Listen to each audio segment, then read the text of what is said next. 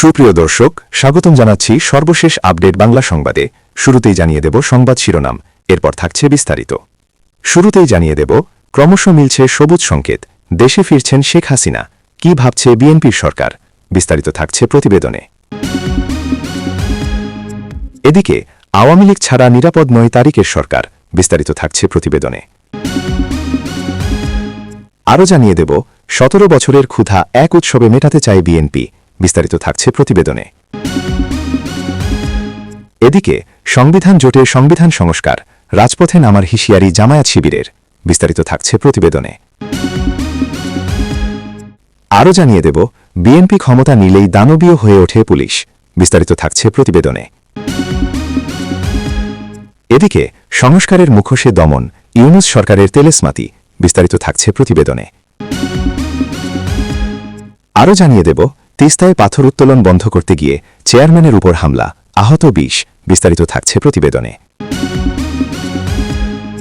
আরও জানিয়ে দেব, ঈদ শুভেচ্ছা বার্তায় জামায়াত আমির, জুলাই সনদ বাস্তবায়নে টালবাহানা মেনে নেবে না জনগণ, বিস্তারিত থাকছে প্রতিবেদনে। এদিকে ইসরায়েলি হামলার জবাবে ৪ দেশের তেল গ্যাস স্থাপনায় ইরানের হামলা, বিস্তারিত থাকতে প্রতিবেদনে। এবং সর্বশেষ জানিয়ে দেব, কাতারের গ্যাস স্থাপনা ক্ষতিগ্রস্ত হলেও নিরাপদ রয়েছে, বিস্তারিত থাকছে প্রতিবেদনে। সুপ্রিয় দর্শক, এতক্ষণ শুনছিলেন সংবাদ শিরোনাম, এবারে শুনবেন বিস্তারিত। তার আগে ভিডিওটি ভালো লাগলে এবং সর্বশেষ আপডেট নিউজ পেতে চ্যানেলটি সাবস্ক্রাইব করুন। ধন্যবাদ। বাংলাদেশে নির্বাচন হয়ে গিয়েছে, তদারকি সরকার বিদায় নিয়েছে, নির্বাচনে নিরঙ্কুশ ক্ষমতা পেয়েছে বিএনপি, তারা সরকার গঠন করেছে। প্রধানমন্ত্রী পদে আসীন হয়েছেন তারেক রহমান। বাংলাদেশে পালাবদল ঘটেছে। এই অবস্থায় হাসিনার ফেরা নিয়ে ফের জল্পনা শুরু হয়েছে। তদারকি সরকারের সময় বিষয়টা ছিল প্রত্যর্পণ, আর বিএনপি সরকারের আমলে সেটা বদলে হয়েছে প্রত্যাবর্তন। নতুন করে হাসিনাকে নিয়ে আলোচনার কারণ দিল্লির একটি বার্তা এবং বাংলাদেশের একটি বার্তা। সম্প্রতি সামাজিক যোগাযোগ মাধ্যমে হাসিনার একটি অডিও ভাইরাল হয়েছে। নিউজ বর্তমান সেই ভিডিও সত্য যাচাই করেনি। ভাইরাল হওয়া ভিডিওতে হাসিনাকে বলতে শোনা গিয়েছে তিনি দেশে ফিরছেন। বাংলাদেশে নতুন সরকার ক্ষমতায় আসার পর হাসিনাকে নিয়ে তারা কি ভাবছে তা নিয়েও আলোচনা চলছে। হাসিনা দেশে ফিরবেন কি জাতীয় রাজনীতিতে যোগদানের জন্য, নাকি কারাগারে যাওয়ার জন্য? এই দুটি প্রশ্ন ঘুরে ফিরে আসছে। তদারকি সরকারের আমলে আন্তর্জাতিক অপরাধ ট্রাইব্যুনালে হাসিনার বিরুদ্ধে মানবতা বিরোধী কাজে লিপ্ত থাকার অভিযোগে মামলা দায়ের হয়। আদালত ক্ষমতাচ্যুত প্রধানমন্ত্রীকে মৃত্যুদণ্ড দিয়েছে। তদারকি সরকার সেই দণ্ডাদেশ কার্যকর করার ব্যাপারে বদ্ধপরিকর ছিল। সে কারণে পূর্বতন সরকারের তরফে দিল্লির কাছে হাসিনার প্রত্যর্পণের দাবি পেশ করা হয়, একবার নয়, বেশ কয়েকবার। দিল্লি যে ঢাকার দাবি পূরণ করবে না সে বিষয়ে নিশ্চিত ছিল রাজনৈতিক বিশ্লেষকেরা। কার্যক্ষেত্রে সেটাই হয়েছে। দিল্লির আরও একটি দাবি ছিল নির্বাচন। এই দাবি শুধু দিল্লির নয়, এই দাবি ছিল আন্তর্জাতিক মহলের। বলা হয়েছে সেই দাবির কাছে নতি স্বীকার করতে বাধ্য হন পূর্বতন সরকার প্রধান। যদিও এই নির্বাচন নিয়ে সন্দেহ রয়েছে। বলা হচ্ছে এটা আসলে সাজানো নির্বাচন।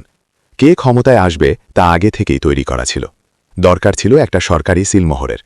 ভোটের মধ্য দিয়ে সেই সিলমোহরের ব্যবস্থা করে নিয়েছেন পূর্বতন সরকার। ক্ষমতায় পরিবর্তনের পর হাসিনার ঘরওয়াপসি নিয়ে নতুন করে চর্চা শুরু হয়েছে। কোনো কোনো প্রান্ত থেকে বলা হচ্ছে তারেক রহমানকে বাংলাদেশে ফিরতে পেরেছেন শর্ত সাপেক্ষে। শর্ত ছিল প্রধানমন্ত্রী হওয়ার পর তার প্রথম দায়িত্ব হবে ক্ষমতাচ্যুত প্রধানমন্ত্রীকে সসম্মানে ঘরে ফিরিয়ে আনা।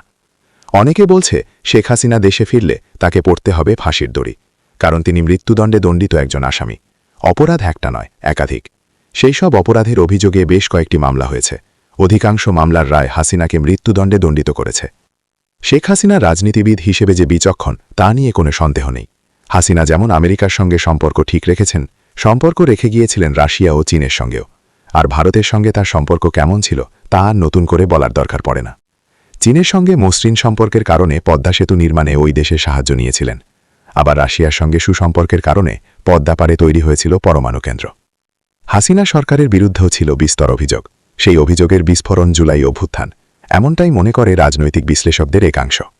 ইউনূসকে কেন্দ্র করে বাংলাদেশবাসীর মনে এক ধরনের প্রত্যাশা তৈরি হয়েছিল, যদিও তিনি তাদের সেই প্রত্যাশা পূরণ করতে পারেননি। বাংলাদেশের ভোটের ফলাফল। বিএনপি নিরঙ্কুশ সংখ্যাগরিষ্ঠতা অর্জন করেছে। তারেক রহমান প্রধানমন্ত্রী হয়েছেন। জামাত একক বৃহত্তম দল হিসেবে আত্মপ্রকাশ করেছে। আপাতদৃষ্টিতে বিষয়টা খুব সহজ মনে হলেও রাজনৈতিক দৃষ্টিভঙ্গিতে কিন্তু বিষয়টা সাদা আর কালো নয়। কেন সহজ নয়, তার জন্য আমাদের টাইম মেশিনে চেপে একটু পিছনের দিকে যেতে হবে। নির্বাচনের মুখে মুখে আমেরিকার এক প্রতিনিধি দল জামায়াতের সঙ্গে বৈঠক করেছিল। গত ১ ডিসেম্বর বাংলাদেশের মহিলা সাংবাদিকদের সঙ্গে রুদ্ধদ্বার বৈঠক করেন ঢাকায় নিযুক্ত এক মার্কিন কূটনৈতিক। তিনি ভবিষ্যৎবাণী করেন, আগামী ১২ই ফেব্রুয়ারির জাতীয় সংসদ নির্বাচনে জামায়াতে ইসলামী আগের চেয়ে ভালো করবে। ওই কূটনৈতিক বলেন, আমরা চাই তারা আমাদের বন্ধু হোক। তবে নিরাপত্তার কারণে ওই কূটনৈতিকের নাম প্রকাশ করা হয়নি। তবে বৈঠকের একটি অডিও ফাঁস হয়ে যায়। ফাঁস হওয়া অডিও রেকর্ডিংয়ে শোনা যায়, ঢাকায় নিযুক্ত এক মার্কিন কূটনৈতিক আগামী মাসের জাতীয় নির্বাচনে জামায়াতের সম্ভাব্য শক্তিশালী ফলাফলের প্রেক্ষাপটে দলটির সঙ্গে সম্পৃক্ত হবার আহ্বান জানাচ্ছেন। তিনি বাংলাদেশি সাংবাদিকদের অনুরোধ করেন, জামাত নেতৃবৃন্দ ও তাদের শক্তিশালী ছাত্র সংগঠনকে, ছাত্র শিবিরকে মূলধারার গণমাধ্যমে আলোচনায় অন্তর্ভুক্ত করতে। আমেরিকা নিশ্চিত ছিল জামাত ক্ষমতা অর্জন করতে চলেছে। বিএনপির নিরঙ্কুশ সংখ্যাগরিষ্ঠতা পাওয়ার পিছনে আওয়ামী লীগের একটা ভূমিকা রয়েছে, তা নিয়ে কোনো সন্দেহ নেই। আওয়ামী লীগের ভোটাররা কোনো অবস্থাতেই যে জামাতকে ভোট দেবে না, সে ব্যাপারে নিশ্চিত ছিল রাজনৈতিক মহল। হাসিনার সমর্থকদের একটা বড় অংশের ভোট পড়েছে বিএনপির ভোট বাক্সে। জামাত বাংলাদেশের বৃহত্তম ইসলামপন্থী দল। দেশটির ৫৫ বছরের ইতিহাসে একাধিকবার জামাতকে নিষিদ্ধ করা হয়েছে। প্রাক্তন প্রধানমন্ত্রী শেখ হাসিনার আমলেও এই দলের কার্যক্রম নিষিদ্ধ ছিল।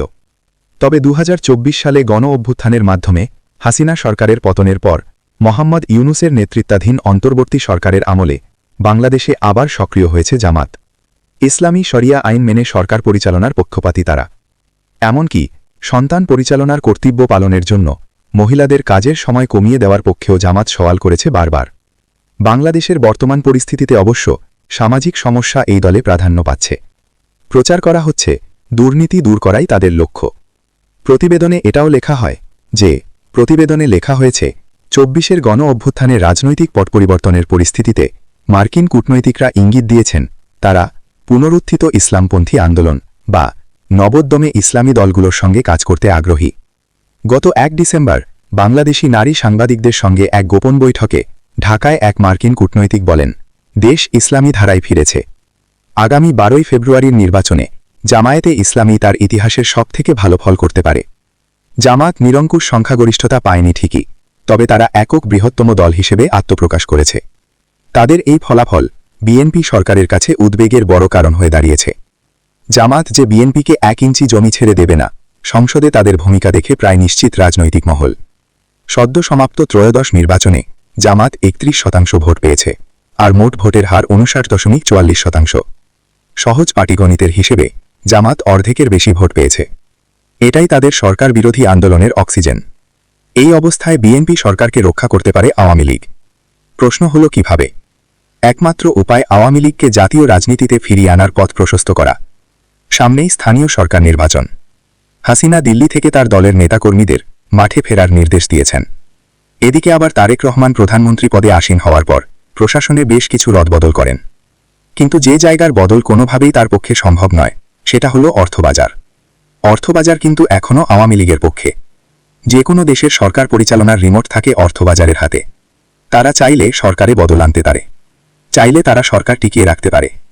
বিএনপি একটি বিষয় বুঝে গিয়েছে যে জামাত কোনোভাবেই সরকারকে স্বস্তিতে থাকতে দেবে না। সরকারের প্রতিটি কাজে তারা ব্যাঘাত সৃষ্টি করবে। এই সরকারকে মেয়াদ পূর্ণ করতে হলে আওয়ামী লীগের হাত ধরতেই হবে। আসন্ন স্থানীয় সরকার নির্বাচন বিএনপির কাছে লিটমাস টেস্ট। এবারের ঈদ যাত্রায় সাধারণ যাত্রীদের পকেট থেকে প্রায় ১৪৮ কোটি টাকা অতিরিক্ত ভাড়া আদায়ের অভিযোগ উঠেছে। যাত্রী কল্যাণ সমিতির দাবি, পরিবহন মালিকদের নৈরাজ্য এবং সরকারের নজরদারির অভাবে গত ২০ বছরের রেকর্ড ভেঙেছে এবারের ভাড়া সন্ত্রাস। এদিকে ঈদ যাত্রা নিয়ে সড়ক পরিবহন ও সেতুমন্ত্রী শেখ রাবিউল আলমের বক্তব্যের সাথে বাস্তবতার কোনো মিল নেই বলে তীব্র সমালোচনা শুরু হয়েছে। বুধবার যাত্রী কল্যাণ সমিতির মহাসচিব মোজাম্মেল হক চৌধুরী স্বাক্ষরিত এক বিবৃতিতে জানানো হয়, এবারের ঈদে ৮৭% বাস মিনিবাসে অতিরিক্ত ভাড়া আদায় করা হয়েছে। সমিতির পর্যবেক্ষণ অনুযায়ী ঢাকা পাবনা নাটোর ৫৫০ টাকার ভাড়া নেওয়া হচ্ছে ১২০০ টাকা, ঢাকা রংপুর ৫০০ টাকার ভাড়া ঠেকেছে ১৫০০ টাকায়, ঢাকা রামগঞ্জ ৩৫০ টাকার টিকিট বিক্রি হচ্ছে ৮০০ টাকায়।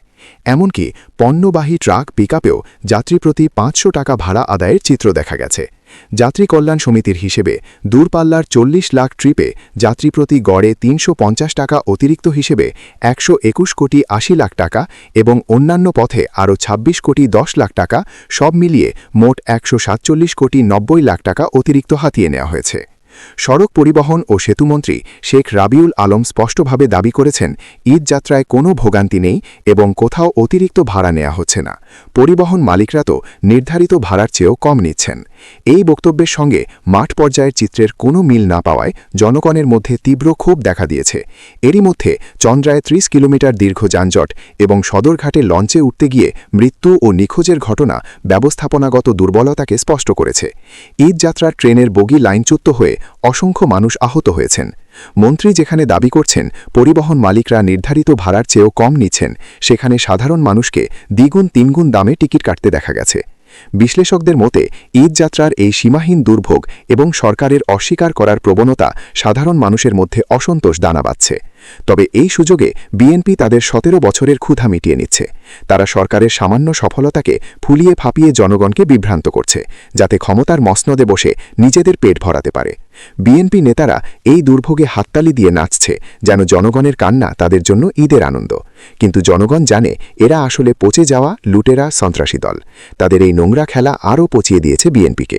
জনগণের চোখে তারা এখন শুধুই একটা ঘৃণ্য ক্ষমতালোভী আবর্জনা। সংখ্যাগরিষ্ঠতা অর্জনের পর জামায়াতসহ বিরোধীদের উদ্দেশ্যে একটা বার্তা দেওয়া হয়েছে, তারা কোনো চাপের কাছে নতি স্বীকার করবে না।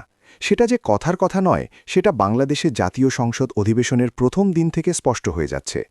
দ্বিতীয় দিনে তো ১ জুলাই যোদ্ধাকে সংসদ থেকে মার্শাল ডেকে বের করে দেওয়া হয়েছে। তবে এটা শুরু হয়েছিল কিন্তু শপথ গ্রহণের দিন থেকে।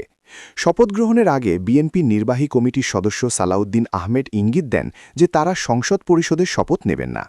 তিনি বলেছিলেন, গণভোটের রায় অনুযায়ী সংবিধান সংসদ পরিষদ গঠিত হলে সেটা সংবিধানে আগে ধারণ করতে হবে। সংবিধান সংসদ পরিষদের সদস্যদেরকে শপথবাক্য পাঠ করাবেন, তার বিধান করতে হবে। সংবিধান সংসদ পরিষদের ফর্ম থাকলেও আমরা কেউ সংবিধান সংসদ পরিষদের সদস্য হিসেবে নির্বাচিত হইনি। এছাড়া সংবিধানে এটা এখনও ধারণ করা হয়নি। যেহেতু সংসদ পরিষদের শপথের বিধান নেই, আমরা সংবিধান মেনে এ পর্যন্ত চলছি, সামনেও চলব। সালাউদ্দিন আহমেদের ওই বক্তব্য থেকে স্পষ্ট যে জামায়াত যদি মনে করে তারা সরকারকে চাপে রাখবে, তাহলে তারা স্বপ্নের স্বর্গে বাস করছেন। রবিবার সালাউদ্দিন আহমেদকে এই নিয়ে প্রশ্ন করা হয়েছিল। দিনটি ছিল জাতীয় সংসদের প্রথম অধিবেশনের দ্বিতীয় দিন। জবাবে সালাউদ্দিন আহমেদ বলেন, মহামান্য রাষ্ট্রপতি জাতীয় সংসদের অধিবেশন ডেকেছেন, সংসদ পরিষদের অধিবেশন তো আহ্বান করেন নাই। আমরা জাতীয় সংসদের অধিবেশনে এখন অংশগ্রহণ করছি সাংবিধানিকভাবে। ২০২৪ সালের জুলাই মাসে বাংলাদেশ উত্তাল হয়ে উঠেছিল। উত্তাল হয়ে ওঠার কারণ মেধা বনাম কোটা। আন্দোলনের মূল দাবি ছিল কোটা নয়, মেধা হোক ভিত্তি। আওয়ামী লীগ সরকারের বিরুদ্ধে অভিযোগ ছিল তারা কোটা চালু করে মেধাবীদের বাদ দিয়ে দলীয় অনুগতদের সুযোগ দিচ্ছে। ক্ষমতা থেকে হাসিনার সরে যাওয়া ১৮ মাসের ইউনূসের শাসন, তারপরে ভোট, সবকিছু অতিক্রম করে বিএনপি সরকার গঠন করেছে। তবে ১ মাস যেতে না যেতেই এই সরকারও একই দোষে দুষ্ট বলে দাবি করল জামায়াত।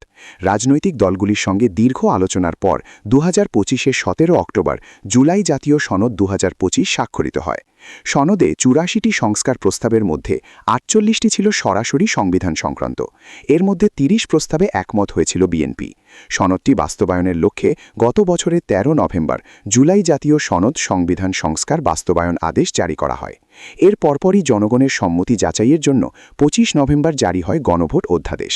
গত ১২ ফেব্রুয়ারি ত্রয়োদশ জাতীয় সংসদ নির্বাচনের দিনেই একই সঙ্গে গণভোট অনুষ্ঠিত হয়, যেখানে ৬৮% বেশি ভোটে হ্যাঁ ভোট জয়ী হয়। সনদের শর্ত অনুযায়ী নির্বাচনের ফল প্রকাশে ৩০ দিনের মধ্যে রাষ্ট্রপতির এই পরিষদের অধিবেশন ডাকার কথা ছিল, যার শেষ সময়সীমা ছিল গতকাল ১৫ মার্চ। সনদ বাস্তবায়ন আদেশ অনুযায়ী সংবিধান সংসদ পরিষদ প্রথম অধিবেশন শুরুর তারিখ থেকে ১৮০ কার্যদিবসের মধ্যে জুলাই জাতীয় সনদ ও গণভোটের ফলাফল অনুসারে সংবিধান সংস্কার সম্পন্ন করবে। আনিস আলমগীর ৩ মাস জেল খেটে বেরিয়ে এলেন। অভিযোগ ছিল সন্ত্রাসবিরোধী আইনে। একজন সাংবাদিকের বিরুদ্ধে সন্ত্রাসবিরোধী আইন, এটা পড়লে আক্কেনুরুম হলেও কিছু বলার নেই, কারণ এই একই কায়দায় গত ১.৫ বছরে শত শত মানুষকে কারাগারে পুরে রাখা হয়েছে। ড. ইউনূসের সরকার ক্ষমতায় এসেছিল বিদেশি রাষ্ট্রের টাকায়, ইসলামিক জঙ্গি সংগঠনের সহায়তায় আর সামরিক বাহিনীর সমর্থনে। 2024 সালে দেশব্যাপী জুলাই দাঙ্গা বাঁধিয়ে দেশের নির্বাচিত সরকারকে কু করে ফেলে দিয়ে অবৈধভাবে ক্ষমতা দখল করার জন্য একটা নির্দিষ্ট রাজনৈতিক বাস্তবতা তৈরি করে। তাদের বৈধতার প্রশ্নটা তোলার আগে যেটা দেখার সেটা হলো তারা ক্ষমতায় এসে আসলে কি করল তাদের তথাকথিত সংস্কারের নামে। মহামারীর মতো বিচার বহির্ভূত হত্যা আর খোলামকুচির মতো বিভিন্ন সাজানো মামলায় গণগ্রেফতার। আনিস আলমগীর জেলে গিয়ে যা দেখেছেন সেটা গুরুত্বপূর্ণ। তিনি বলেছেন ভেতরে শুধু একটা দলের কর্মী, যাদের কোনো পদপদবিও নেই, মানে জেলা বা উপজেলা পর্যায়ের নেতা না, একেবারে তৃণমূলের সাধারণ কর্মী। এদের বিরুদ্ধে কি মামলা? সন্ত্রাস। এই মানুষগুলো কি আদৌ সন্ত্রাসী, নাকি সন্ত্রাসের সংজ্ঞাটাই বদলে গেছে, রাজনৈতিক বিরোধিতা করলেই এখন সন্ত্রাস? ইউনুস নিজে নোবেলজয়ী, ক্ষুদ্র ঋণের পথিকৃৎ হিসেবে আন্তর্জাতিকভাবে পরিচিত মুখ, কিন্তু তার সরকারের আমলে যে বিচার বহির্ভূত গ্রেফতার, রাজনৈতিক উদ্দেশ্যে আইনের ব্যবহার, মাসের পর মাস বিনা বিচারে আটক, এগুলো নিয়ে আন্তর্জাতিক মহল যতটা সোচ্চার হওয়ার কথা ছিল ততটা হয়নি। কারণ সহজ, ইউনুস পশ্চিমের কাছে পছন্দের মুখ। তার আমলে মানবাধিকার লঙ্ঘন হলেও সেটা নিয়ে জেনেভায় তেমন আলোচনা হয় না। এখন বিএনপি ক্ষমতায় 17 ফেব্রুয়ারি থেকে। আনিস আলমগীরের মুক্তি সেই প্রেক্ষাপটেই হয়েছে বলে ধরে নেওয়া যায়। কিন্তু বিএনপির নিজের ইতিহাস এই প্রশ্নের সামনে দাঁড়িয়ে বেশিক্ষণ পরিষ্কার মুখ রাখতে পারে না। 2001 থেকে 2006 সেই সরকারের আমলেও সাংবাদিক নির্যাতন, বিরোধী দলের নেতাকর্মীদের মামলা দিয়ে ঘায়েল করা, এই সংস্কৃতি চালু ছিল। ফলে ইউনুস গেছেন, বিএনপি এসেছে, এতে যদি কাঠামোটা না বদলায় তাহলে পরিবর্তনটা শুধু নাম বদলানোতেই থাকবে। আনিস সাহেব সাংবাদিক মানুষ, তার হয়ে কথা বলার জন্য পুরো সাংবাদিক সমাজই ছিল, কিন্তু কাশিমপুরে এখনও যারা আটকে আছেন তাদের কথা কেউ বলছে না। ইউনুস আমলে যে হাজারো সাধারণ মানুষকে রাজনৈতিক পরিচয়ের কারণে ভেতরে পুরে রাখা হয়েছে, তাদের প্রত্যেকের একটা করে পরিবার আছে, বাড়িতে অপেক্ষায় থাকা মানুষ আছে। আনিস আলমগীর বেরিয়ে এলেন, মিডিয়া কাভারেজ পেলেন, কারণ তিনি পরিচিত মুখ। নামহীন যে মানুষগুলো এখনও ভেতরে আছেন তাদের জন্য ক্যামেরা আসে না। নীলফামারীর ডিমলায় তিস্তা নদী থেকে পাথর উত্তোলন বন্ধ করতে গিয়ে টেপাখড়িবাড়ি ইউনিয়ন পরিষদের চেয়ারম্যান রবিউল ইসলাম শাহিনের ওপর হামলার ঘটনা ঘটেছে। এ ঘটনায় চেয়ারম্যান, সাংবাদিক, গ্রাম পুলিশ ও থানা পুলিশের সদস্যসহ অন্তত ২০ জন আহত হয়েছেন। বৃহস্পতিবার ১৯ মার্চ টেপাখড়িবাড়ি একতা বাজার ও তেলিবাজার তিস্তা পাড় এলাকায় এ ঘটনা ঘটে। আহতরা হলেন UP chairman Rabiul Islam Shahin, union জামায়াতের সাবেক আমির আফসার আলী, টেপাখড়িবাড়ি এলাকার আলু ওপেনের ছেলে আনোয়ার হোসেন, লোকমান, পুলিশ সদস্য রবিউল ইসলাম ও ঠাকুর দাস, প্রায় ২০ জন।